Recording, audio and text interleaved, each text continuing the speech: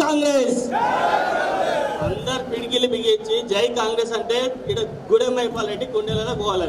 జై కాంగ్రెస్, జై కాంగ్రెస్.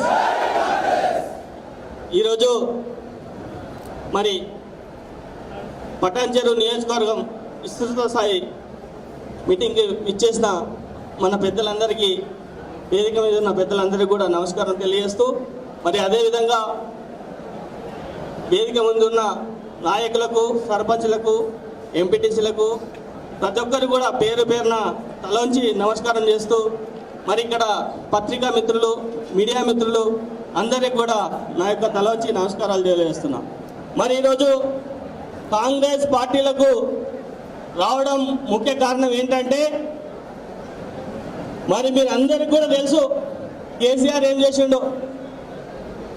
ఆ రోజు సోనియా గాంధీ దగ్గరికి పోయి నేను ఒక దళిత ముఖ్యమంత్రినే చేస్తా అని చెప్పి ఆమె కాళ్ళు మొక్కి మరి అక్కడికి వెళ్ళి తెలంగాణ ఆమెతోటి అనౌన్స్ చేయించుకొని వచ్చిన తర్వాత నేనే ముఖ్యమంత్రి అని చెప్పి ప్రకటించుకొని ముఖ్యమంత్రి అయిన తర్వాత ఇక్కడ తెలంగాణ ప్రజలను మోసం చేసిండు, అక్కడ సోనియా గాంధీని మోసం చేసిండు.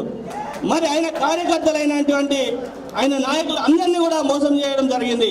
మరి ఇక్కడ వచ్చి మరి ఆయన ప్రభుత్వంలోకి వచ్చిన తర్వాత ఎన్నో పథకాలు చెప్పాడు. మరి ఏ ఒక్క పథకం అన్నా అమలైందా?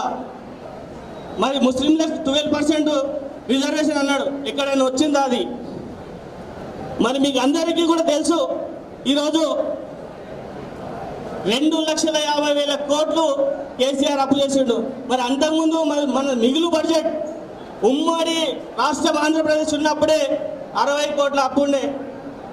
కానీ ఈరోజు 4.5 సంవత్సరాలల్లో 2.5 లక్షల కోట్లు అప్పు చేసి ఈరోజు మన ఒక్కొక్కరికి 50,000 రూపాయలు మన మీద అప్పేసిండు. అంటే ఈ అప్పు మనం తెలుసుకోవాలంటే మన ట్యాక్సుల రూపమో, కరెంట్ బిల్ల రూపమో, ఏదో రూపంగా మనం కట్టాల్సి వచ్చింది ఈరోజు.